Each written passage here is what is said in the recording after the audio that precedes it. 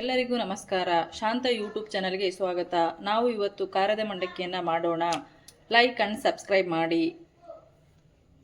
ಈ ವಿಡಿಯೋನ ಕೊನೆಯವರೆಗೂ ನೋಡಿ. ಈಗ ಗ್ಯಾಸ್ ಸ್ಟವ್ ಮಾಡಿಬಿಟ್ಟು ಆನ್ ಮಾಡಿ ಒಂದು ಬಾಣಲೆಯನ್ನು ಇಡ್ತಾ ಇದ್ದೀನಿ. ಈಗ ಸ್ವಲ್ಪ ಎಣ್ಣೆಯನ್ನು ಹಾಕೋಣ. 3 ರಿಂದ 4 ಟೇಬಲ್ ಸ್ಪೂನ್ ಅಷ್ಟು ಎಣ್ಣೆ ಹಾಕ್ತಿದ್ದೀನಿ.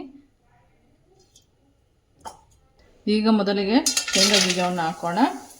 ಮೊದಲು ಶೇಂಗಾ ಬೀಜವನ್ನು ಹಾಕಬೇಕು, ಆಮೇಲೆ ಸಾಸಿವೆ ಹಾಕೋಣ, ಆಮೇಲೆ ಜೀರಿಗೆಯನ್ನು ಹಾಕೋಣ, ಆಮೇಲೆ ಸ್ವಲ್ಪ ಪುಟಾಣಿಯನ್ನು ಹಾಕೋಣ, ಸ್ವಲ್ಪ ಬೆಳ್ಳುಳ್ಳಿ ಹಾಕ್ಬಿಟ್ಟು ಈಗ ನಾವು ಸ್ವಲ್ಪ ಬಾಡಿಸೋಣ. ಇದು ಬೇಗ ಒಂದು 5 or 10 ಮಿನಿಟ್ಸಲ್ಲಿ ಖಾರ ಮಂಡಕ್ಕಿಯನ್ನು ಮಾಡ್ಕೊಂಡ್ಬಿಡೋಣ. ದಿಢೀರನೇ ಬೇಗ ಮಾಡ್ಕೊಂಡ್ಬಿಡ್ಬೋದು ಖಾರದ ಮಂಡಕ್ಕಿ. ಈವ್ನಿಂಗ್ ಸ್ನ್ಯಾಕ್ಸ್ಗೆ ತುಂಬ ಚೆನ್ನಾಗಿರುತ್ತೆ ಟೀ ಜೊತೆಗೆ. ನೋಡಿ ಶೇಂಗಾ ಬೀಜ ಕೆಂಪಾಗಿದೆ ಅಲ್ವಾ, ಈ ಟೈಮಲ್ಲಿ ನಾವು ಕರಿಬೇವಿನ ಸೊಪ್ಪನ್ನು ಹಾಕೋಣ.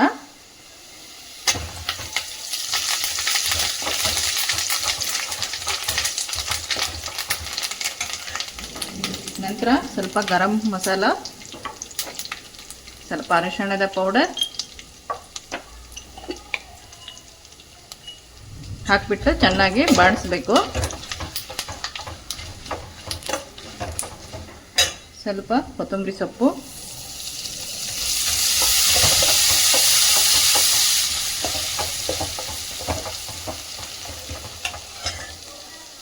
ಈಗ ಗ್ಯಾಸ್ ಸ್ಟವ್ ಆಫ್ ಮಾಡೋಣ. ಈ ಟೈಮಲ್ಲಿ ನಾನು ಅಚ್ಕಾರದ ಪೌಡರ್ನ ಹಾಕ್ತಾ ಇದ್ದೀನಿ. ಗ್ಯಾಸ್ ಸ್ಟವ್ ಆಫ್ ಮಾಡಿಬಿಟ್ಟೆ ಹಾಕಬೇಕು ಅಚ್ಕಾರದ ಪೌಡರ್.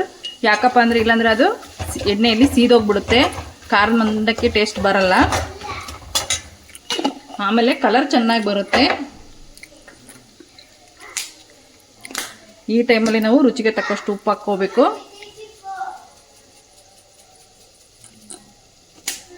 ಆಮೇಲೆ ಸ್ವಲ್ಪ ಈಗ ಇದಕ್ಕೆ ಸ್ವಲ್ಪ ಸಕ್ಕರೆಯನ್ನು ಸೇರಿಸ್ಬಿಟ್ಟು ಸ್ವಲ್ಪ ಇಳಿಸೋಣ.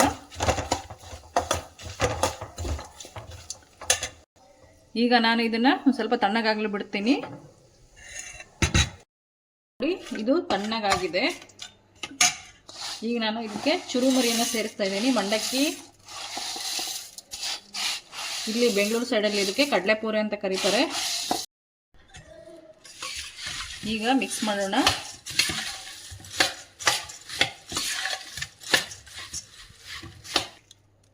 ಈಗ ನಾನು ಪ್ಲೇಟಿಗೆ ಹಾಕ್ಕೊಳ್ತಿದ್ದೀನಿ.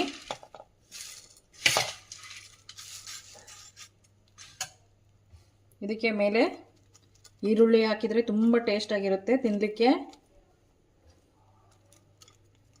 ಈರುಳ್ಳಿ, ಕೊತ್ತಂಬರಿ ಸೊಪ್ಪು, ಸ್ವಲ್ಪ ಕರಿಬೇವಿನ ಸೊಪ್ಪು, ತುಂಬ ಟೇಸ್ಟಿ ಆಗಿ ರುಚಿಯಾಗಿರುತ್ತೆ. ಈಗ ಖಾರದ ಮಂಡಕ್ಕಿ ರೆಡಿಯಾಗಿದೆ. ಇದು ತಿನ್ನಲು ಈಗ ಸಿದ್ಧ. ಈ ವಿಡಿಯೋ ನೋಡಿದವರೆಲ್ಲರೂ ಸಬ್ಸ್ಕ್ರೈಬ್ ಮಾಡಿ ಅಂಡ್ ಲೈಕ್ ಅಂಡ್ ಶೇರ್ ಮಾಡಿ, ಕಮೆಂಟ್ ಮಾಡಿ. ಮುಂದಿನ ವಿಡಿಯೋಗಾಗಿ ಕಾಯ್ತಾ ಇರಿ. ಧನ್ಯವಾದಗಳೊಂದಿಗೆ.